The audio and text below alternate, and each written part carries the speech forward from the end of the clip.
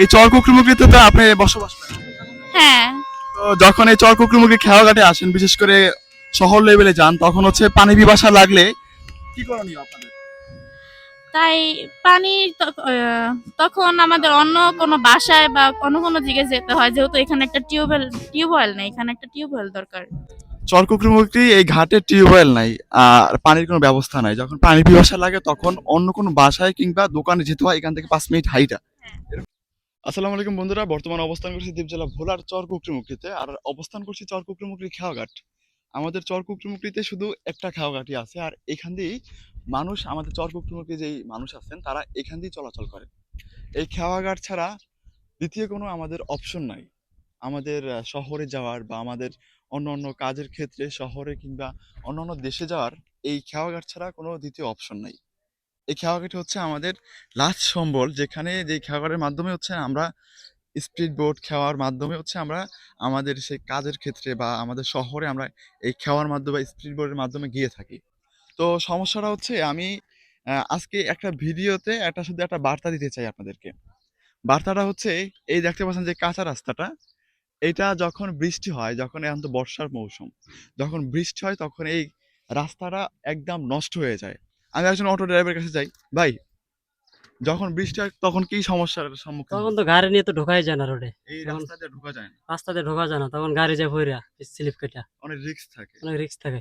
গাড়ি তো পড়ে যায়, এর ভিতরে অনেক যাত্রী থাকে, তারা হচ্ছে পড়ে যাওয়ার চান্স থাকে। তো এই রাস্তাটা অনেক দিন যাবত আমরা বলতেছি হবে হবে, মানে পিচ ডালাই হবে। তো এখন পর্যন্ত কোনো কাজ হচ্ছে না, ঠিক আছে।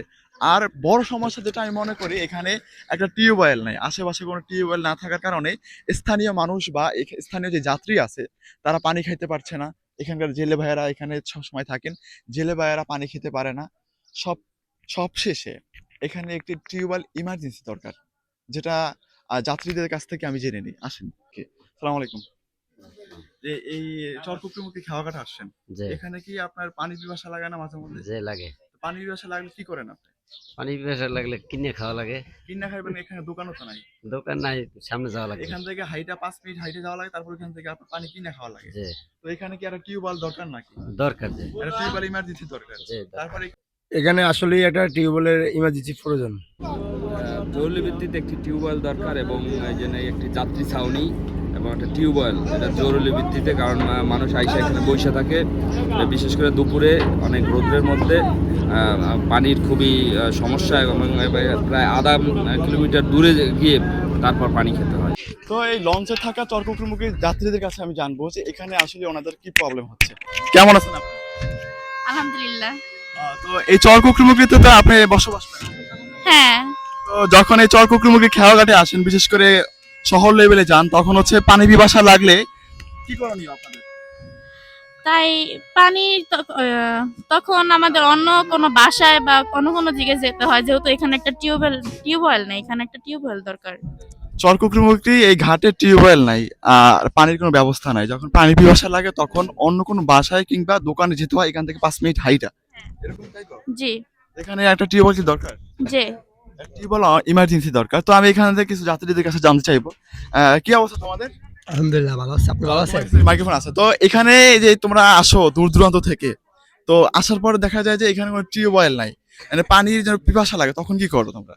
আমাদের তেমন করার কিছু নাই, যদি পানি পিপাসা লাগে এখান থেকে আমার একটা কল দরকার ইমার্জেন্সি। একটা কল দরকার, টিউবওয়েল দরকার। তো চরকুকরুমুখীতে যারা কর্তৃপক্ষ আছেন, আমি তাদের কাছে দৃষ্টি আকর্ষণ করে বলছি, আমাদের এই চরকুকরুমুখী খেয়াঘাটে একটা টিউবওয়েল যদি হয়, তাহলে আমাদের যাত্রীদের খুব উপকার হবে এবং জেলে ভাইদের খুব উপকার হবে। দেখা যায় যে জেলে ভাইয়ারা যখন নদীতে থাকে তখন এখানে আইসা ঘাট করে, এই ঘাটে যেহেতু একটা টার্মিনাল, সেজন্য এখানে আইসা ঘাট করে। তখন ওনারা পানির জন্য যায় সেই গ্রামে, 5 মিনিট 10 মিনিট হাইটা গ্রামে যাওয়া লাগে, ওইখান থেকে টিউবওয়েল থেকে পানি নিয়ে আসা লাগে। তো দেখা যেত এখানে একটা টিউবওয়েল থাকলে তাহলে আমাদের এই হয়রানির শিকারটা হইতে হতো না। আর যদি এখানে টিউবওয়েল হয়, তাহলে খুব সহজে যাত্রীরা প্লাস জেলে ভাইয়েরা পানি খেতে পারতো। আর বিশেষ করে যে এই রাস্তাটা আছে, এই রাস্তাটা বর্ষার মৌসুমে গাড়ি ঘোড়া চলাই যায় না, ঠিক আছে। তো আমি যারা এই কর্তৃপক্ষ আছেন তাদের দৃষ্টি আকর্ষণ করছি, এখানে টিউবওয়েল অ্যান্ড একটি পিচ ঢালাই বিষয়টা আপনারা দেখবেন।